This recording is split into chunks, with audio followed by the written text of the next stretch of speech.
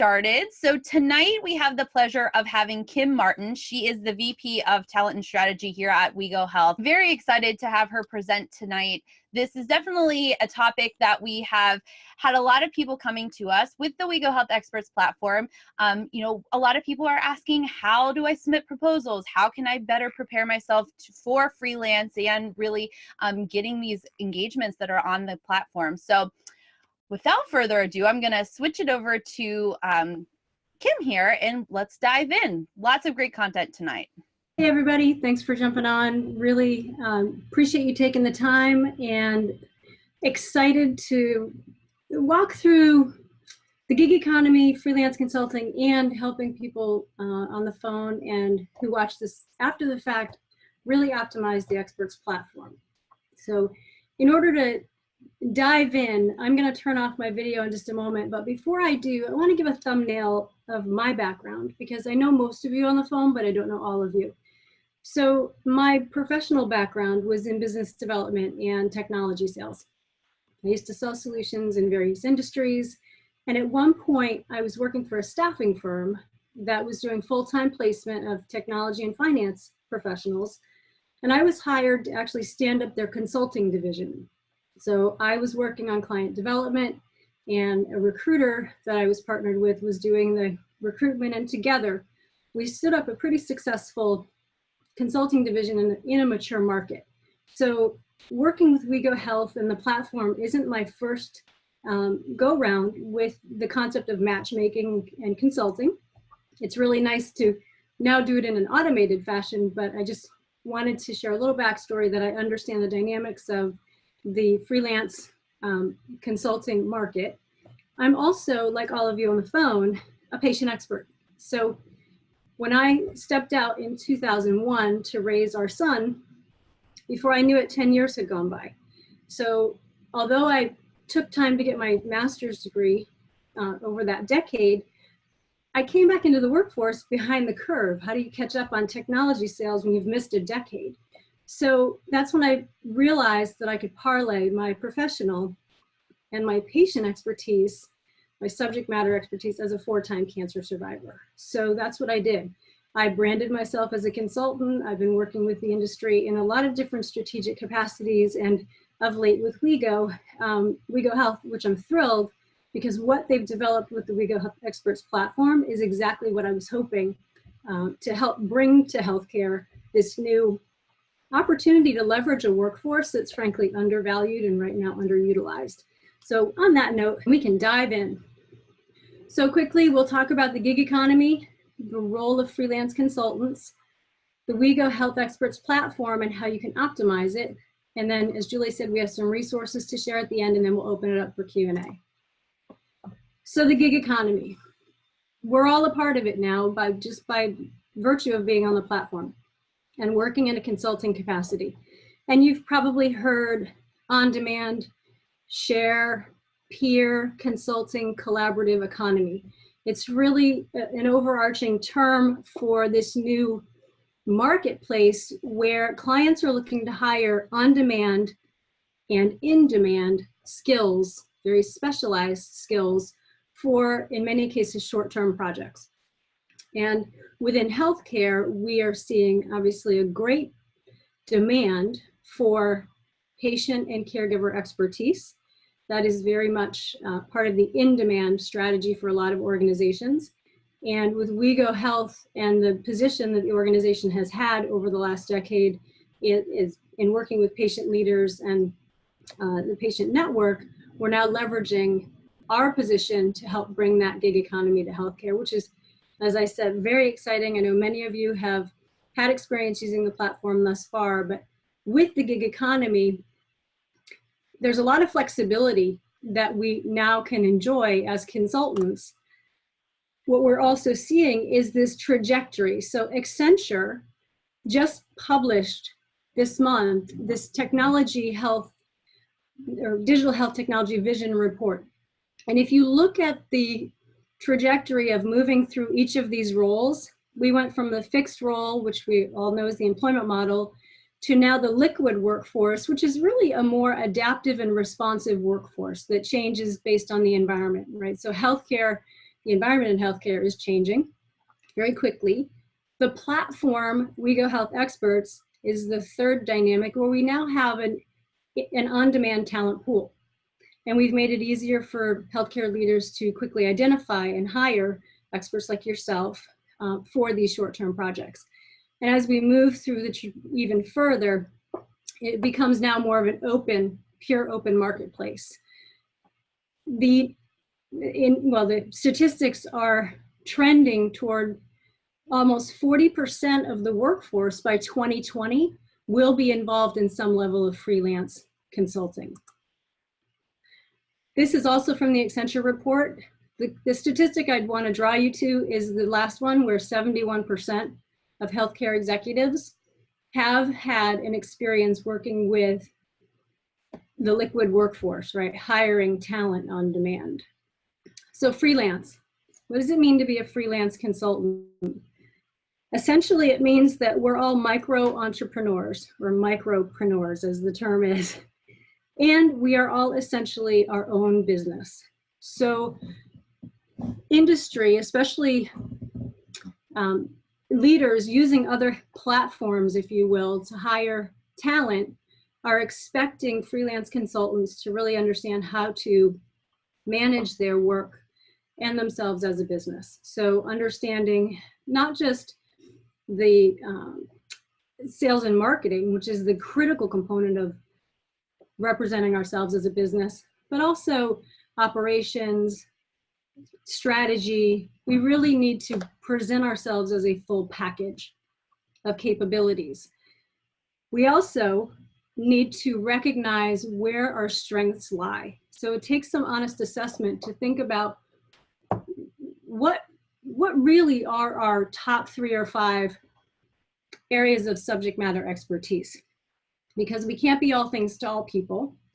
And the growing gig economy marketplace is requiring specialization more than ever, because the marketplace of freelance consultants is growing quickly. It's only going to get more competitive over time. So we really need to be able to stand out, right, as consultants and put forward the areas of expertise where we are the ones that clients should hire. So I would encourage everybody on the platform to really step into that role as a subject matter expert, whether it be on your patient side of your skill set, your professional side of your skill set, and ideally both, because projects vary. Our clients have had a need for experts who really focus on just the patient-centered expertise that they bring to bear. We've had clients that want both skill sets, professional and patient. And we as the freelance consultants need to be really flexible in understanding which skill sets we need to bring to bear for the projects that the client is ideally looking to fulfill, usually in pretty short order. On the WEGO Health Experts platform, you've probably seen, these are just some primary areas of subject matter expertise that our clients have been looking to WEGO Health and our population of experts to fulfill.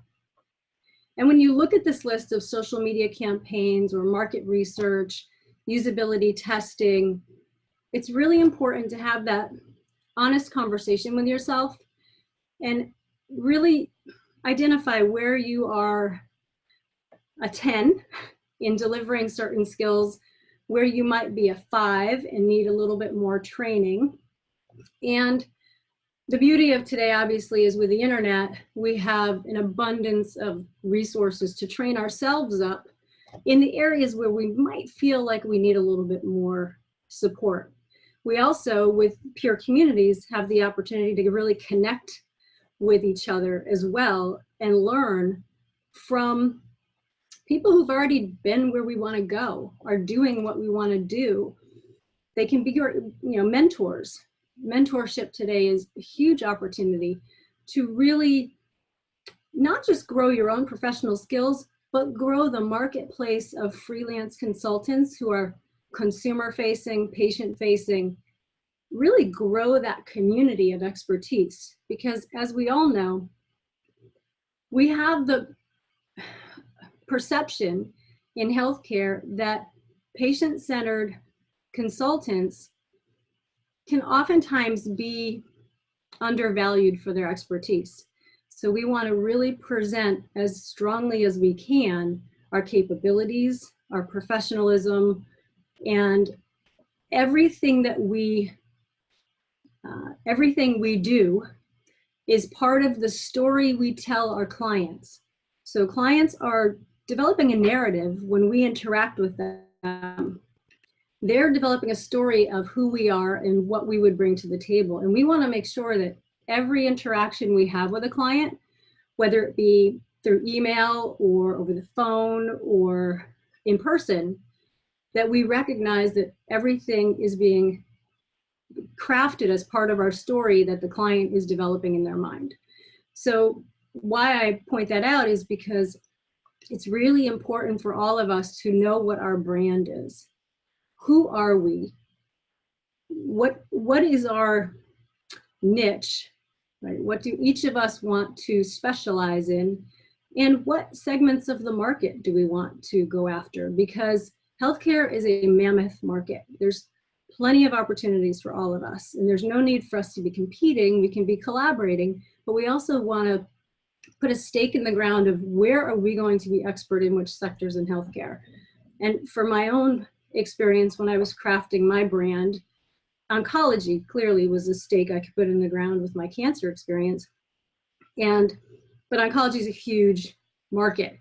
So I can't be everything to the oncology market. So I really had to drill down for my own self-assessment. Where am I going to bring the greatest value? And I would encourage everybody here on the call today and who will listen to the webinar to really go through the exercise of that assessment. I know it may not be the most fun, but in the end, you know, the awareness and the clarity that we get in where we want to focus really helps us then create our elevator pitch. We know who we are, what we bring to the table, and we can be very crisp and clear in our messaging when we're communicating with clients, whether it be through an email exchange or when we send our proposals.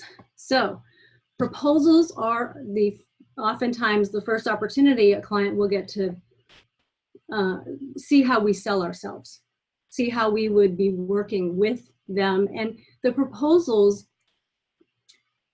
they tell a lot about our story. So it's really important when we're crafting them to be clear, concise, but not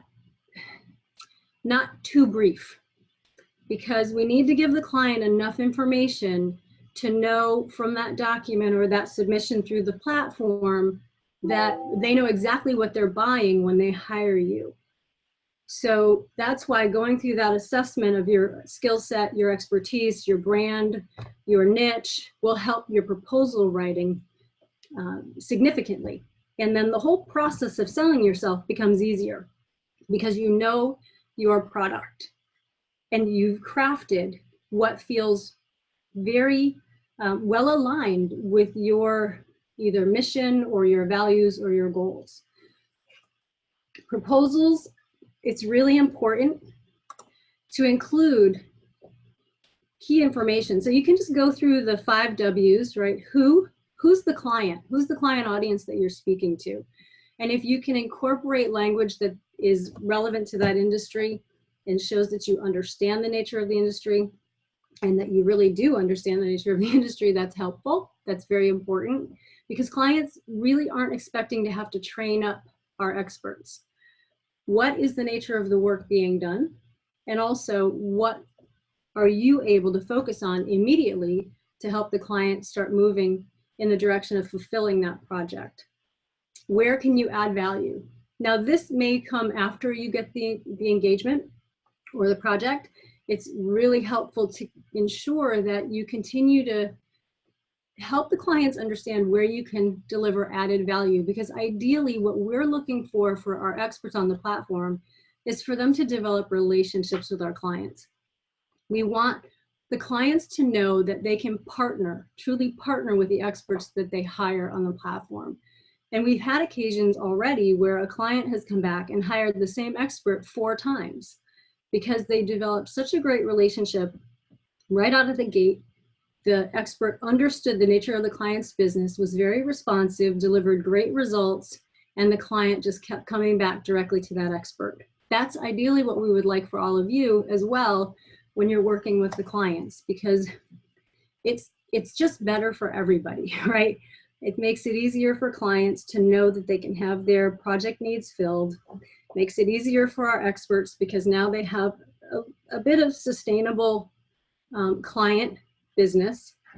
And the platform as a whole becomes now a more credible resource across the industry.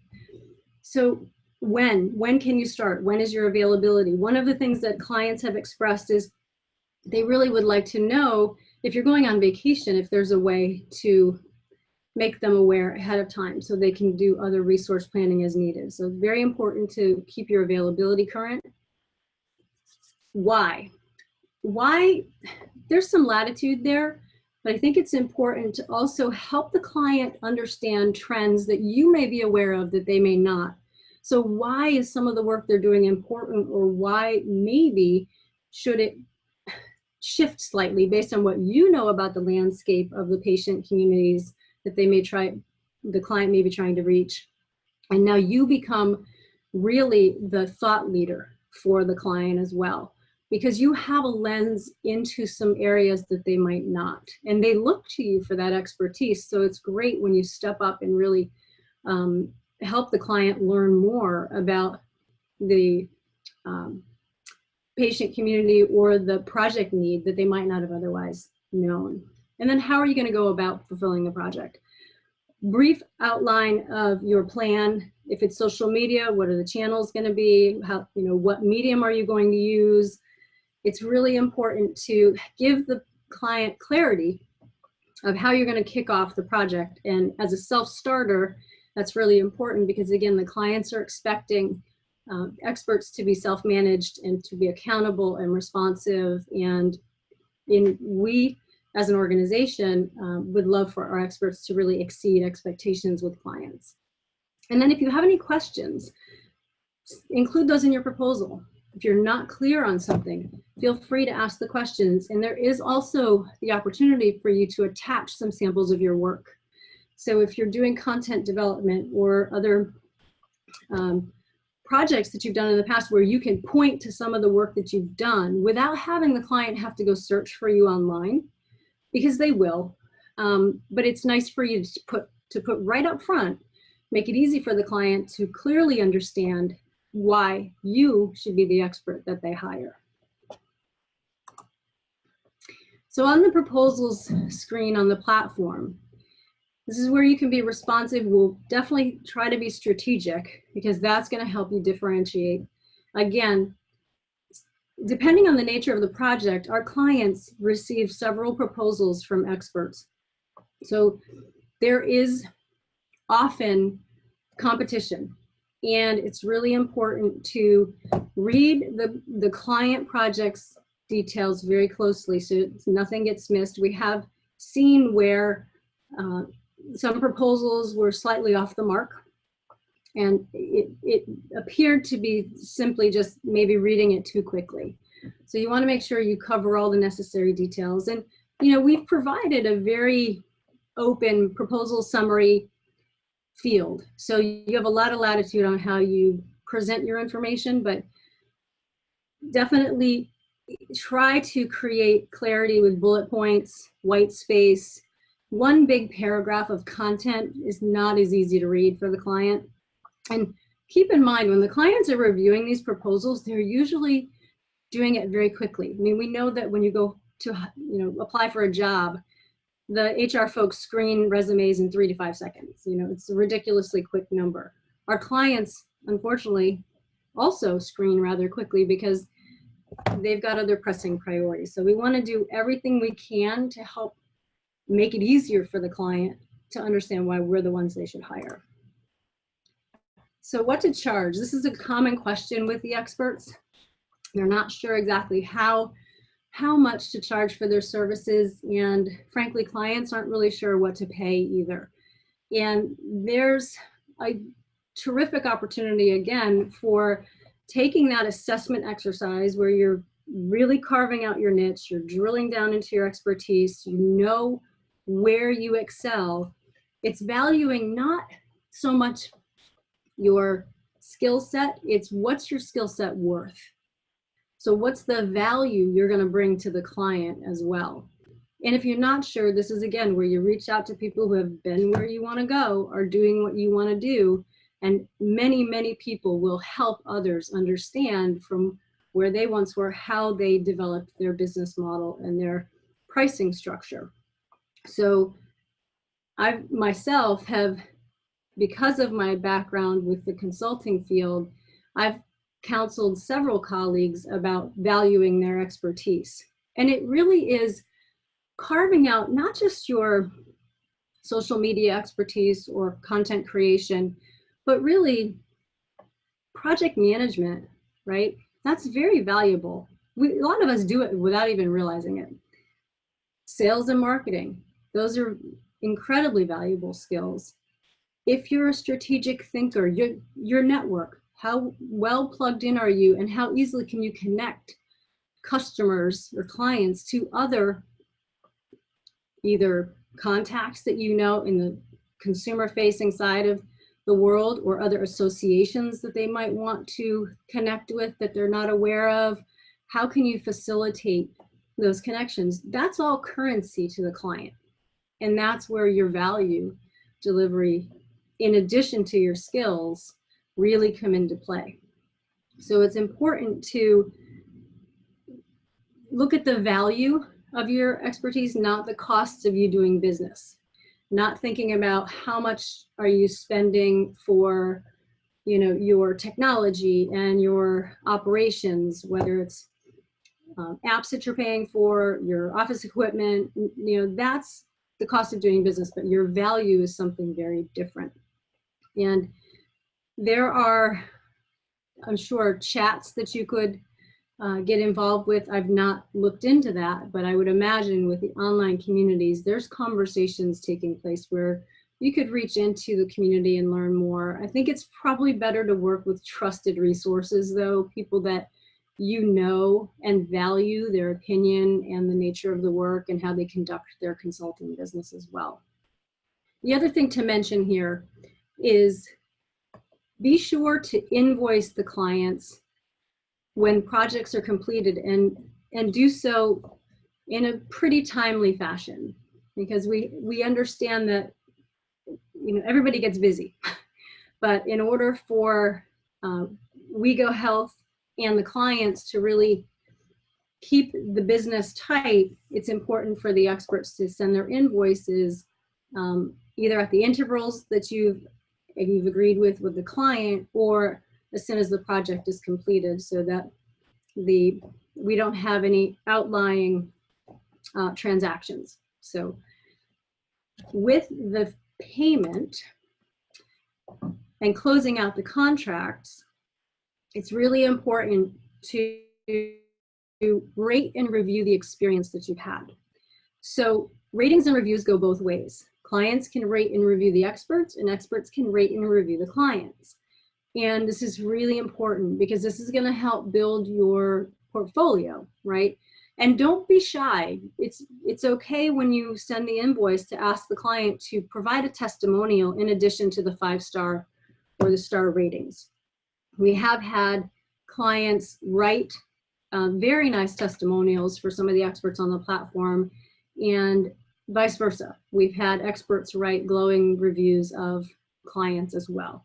And that again also only serves to benefit everybody with regard to the expert's experience, the client's experience, and then the credibility of this on-demand platform in healthcare. Because we're the first. This is a new innovation and it's exciting, but we really want to make sure that we continue to show the validity and credibility of this platform to healthcare, because we all know it's a very risk-averse industry, and we are really inviting the industry to open the doors to hire this workforce, all of us as the workforce, that currently has not been a standard operating procedure, if you will. The other thing to mention is it's really important as your, and I should have mentioned this during the proposals, profiles. The experts' profiles that we all create, these are the snapshot that clients see first and foremost when they are doing a query, whether it's for an area of expertise from a professional standpoint or from our patient expertise. With profiles on the platform, more is less.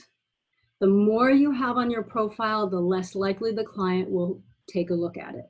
It's too much information. And I know that may sound counterintuitive, but in conversations that I've had with clients, because I've had the benefit in my role at WEGO to work very closely with clients and work very closely with experts on both sides of the experience.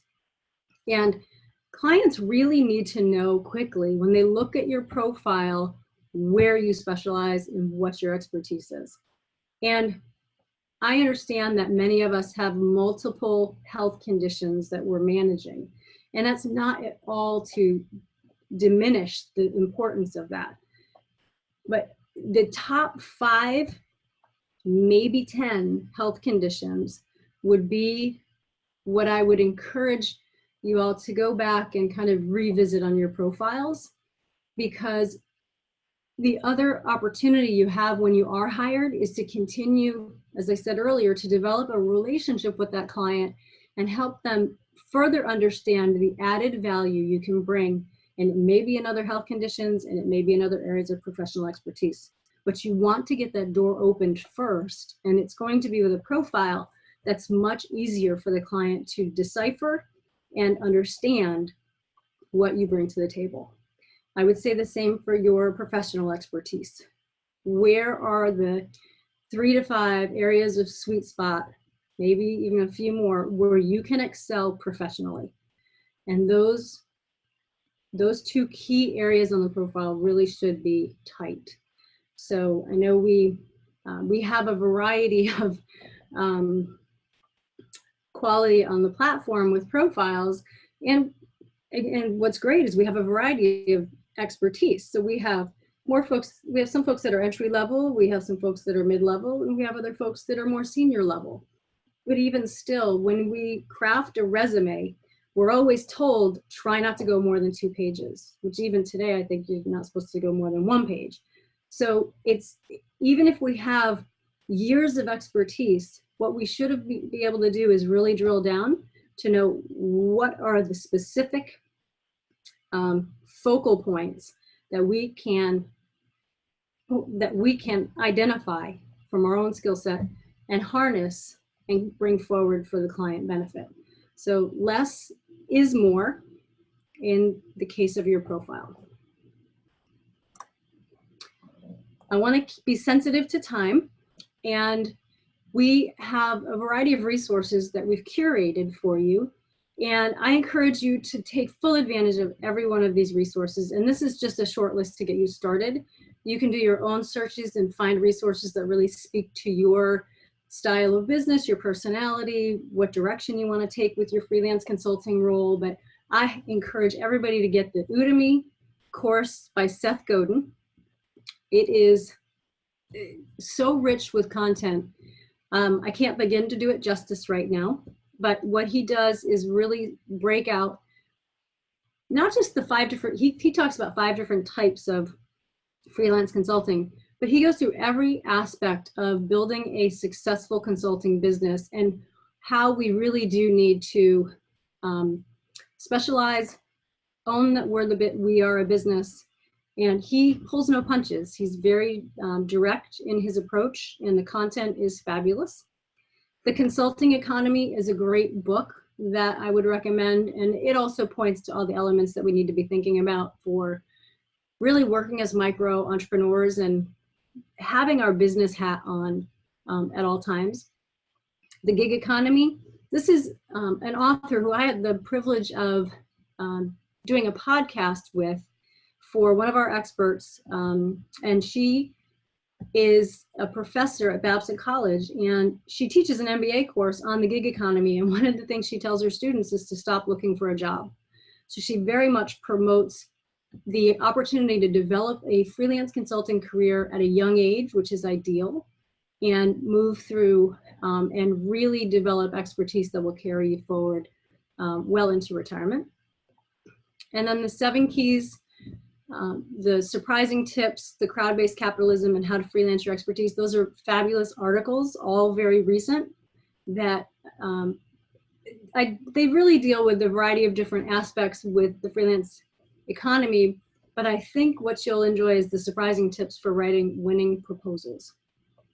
So I would encourage all of you to take full advantage of these. And again, continue to train yourself up, hone your skills, connect with your peers and your colleagues, and really we have experts on the phone that are just looking to launch their freelance career. We have others who want to take their career to the next level. And the beauty is that you can take your freelance opportunity as far as you care to. And the platform, the WEGO Health Expert platform, is so ideally positioned, and we really want all of you to optimize the opportunity, because we are selective. We are not just letting everyone who applies become experts on the platform. So we care very deeply about the credibility of the platform for your benefit, for the clients, and for the organization. So just please know that we care deeply, and we do take the process of vetting the experts on the platform very seriously. So on that note, I will turn it back to Julie, and we can open it up for Q&A. Cool. So thank you so much for all of that fantastic information. If anybody has any questions, feel free to pop it in the chat box, and we will be happy to answer any questions. I know that Kim could probably talk for 3 more hours on this topic, and has a ton of other information that she could share too. So feel free to ask whatever questions that you may have. Oh, does WEGO Health or anyone have a process worksheet for narrowing down? So yes, self-assessment. Yeah, I would definitely, we don't necessarily have the document you're looking for, but within the resources, I know the books that were recommended, and definitely Seth Godin's Udemy course, he has several worksheets within that, that course that can be downloaded and completed, and they're very thorough, but brief. So they're very approachable, I should say. And I would encourage everyone to consider getting the course and definitely doing the assignments that come with. I would say intuitively, where do you feel most comfortable? What areas of expertise do you feel most comfortable performing, where you can stand out from others who have similar skill set? Because one of the things to think about with the freelance economy and the gig, the freelance market, think of a bell curve. And in the middle of the bell curve, right, you're gonna have the mass market. That's where majority of consultants will lie. And if you have mass market skills that can be easily found elsewhere, it's unfortunately not the best strategy. So we have to really identify and find our place as outliers who are more forward thinking about where do we not only see healthcare going, but what are the needs of the clients that we want to work with? Because again, we get to choose our clients as freelance consultants. And where do you want to play? And if you know where you want to play, you know what the needs of the client are, you can really start to hone in on what skills you have that identify and really align most strongly with those client needs. I don't know if that answers your question, but. I think it makes a lot of sense, because so many of us want to just help in any capacity. So a lot of us think that we could just take any engagement or do any skill, which many of us have those skills, but really focusing and narrowing in on which ones are really your best attributes. Where can you really rock it when you go to an engagement, and maybe not even just kill it on that engagement, but do so well that they want to hire you again and again and again. Exactly. And I would say that from the patient leaders I've worked with on the platform, the experts I've worked with on the platform, many of them don't fully appreciate their value. Mm-hmm. They don't recognize as well as they could the depth of expertise they bring to bear, not just from their patient perspective, but how they manage their business. And it's those professional skills really, if we start to put those up front, right? Because patient leaders tend to keep their patient hat on first. And I get it, I do. But as a consultant, we really need to put our business hat on first. And our patient expertise, our subject matter expertise becomes now the icing on the cake. But the cake is really our ability to consult, our ability to be deemed that professional resource who, you know, most everybody I know before they had to deal with their patient expertise as a career, had a career. They went to school for something. They studied a field of interest. And I know majority of our experts on the platform have advanced degrees. We have folks with bachelor's, master's, PhDs, MDs. Those are the skill sets that we really want to help bring forward for the clients to see as well on our profiles. And that can be part of the executive summary when we're describing our work that we've done, and bring more of our professional talent into that executive summary, because a lot of profiles read from the advocacy work that people have done, and that's important to showcase that, but it's a little off balance in some cases. So bringing back into the picture, what did we do before we had to, by design, right, not by choice, start managing our patient subject matter expertise as well. So I would flip it around and I would say, let's bring the professional skills forward more on the profiles so that the clients really appreciate that what they're hiring is essentially a hybrid consultant. It's a unique skill set, differentiated. They can't go to another consulting firm and easily hire the talent that we have. Yep. Well, you're so true. Our patient experts are the best. Yeah. So another question, is it realistic to think that one can make a living as a health freelance consultant, or is this more of a side gig? Oh, absolutely. And there's so much opportunity in healthcare. That's why we really don't need to compete with each other either. We can really collaborate and start teaming up together to go out on projects in more partnership amongst ourselves and not just as independent mavericks. Freelance consulting, the beauty of it is it can be whatever you choose it to be. We get to design our own plan and our own model of what we want it to look like. And like anything else, we get out of it what we put into it. Yep. So the more we train ourselves up to be resourceful and skilled in certain areas, the better off we'll be. But there's plenty of work in healthcare. My influence is, I'm not a patient-facing expert. I actually have not done a lot in working with patient communities, even though I'm a 4-time cancer survivor. My focus has been in working with industry. So I plug into the leaders on the healthcare side, health IT and digital health and health systems and so forth. But it's I can tell you the industry, there's a huge amount of opportunity. So. Yeah, I think that is one thing that a lot of people tend to worry about, is that competing with each other. Well, if I have someone else join, they're going to take my gigs. And you're absolutely right. I mean, I think that there's more opportunities than people at this point to help within healthcare. So I would really so here's a point that really needs to be stressed about the competition and taking business away from each other and so forth, especially with the platform. So we have terms of service on the platform, which is your agreement when you work with a platform that any business that comes your way through the platform with a client stays on the platform, and not to circumvent and go around and try to go direct to the client. We know it's happened.